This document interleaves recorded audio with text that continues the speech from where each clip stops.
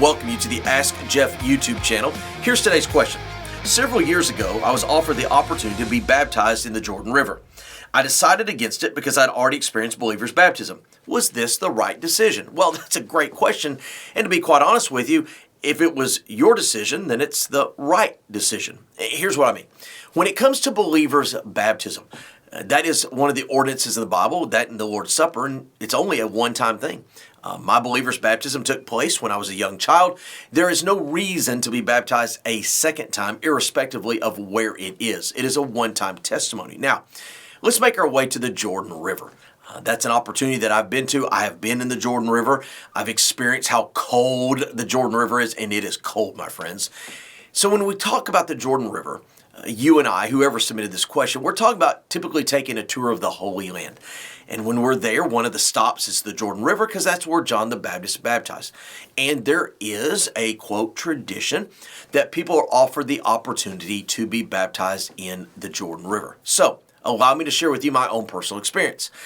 I've been baptized in the Jordan River by a good friend of mine, another pastor. And guess what? It was not as a testimony of my faith. It was just to kind of live through what the early believers lived through 2,000 years ago. I've taken multiple groups to Israel, to the Jordan River, and typically there's about half and half. About half the group wants to be, quote, baptized in the Jordan River because it's unique and it's fun, it's different, it's touristy. The other half, much like the person submitting the question, goes, don't need to. And I think both sides are right because I have not baptized anybody in the Jordan River personally who thought that was a testimony of their faith and a faith expression.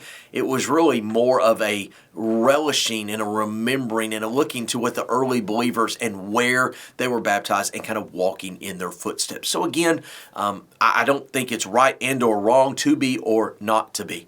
But one thing I will address before I close the question is, as being one who has facilitated the baptisms, every time I'm there, somebody from an outside group asks me to baptize them. And I always say no, because I don't know why that person is being baptized. I don't know the reason for it. Whereas the trips that I've led, I always make a big deal to the group of the why we're doing it. Obviously, one may enjoy doing it just for the historical aspects of it, but it is not as one's personal testimony. So I'm one of those unique persons. I've been baptized in the Jordan River. I baptized my own wife in the Jordan River, but not as a testimony of our faith.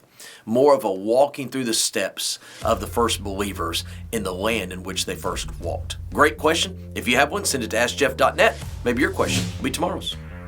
Thanks for being a part of today's daily question. Now, we answer a question each and every day. Please feel free to submit a new question at AskJeff.net. We may not have gotten to yours today, but we eventually will continue to be a part of this. Subscribe so you don't miss out on a question every day.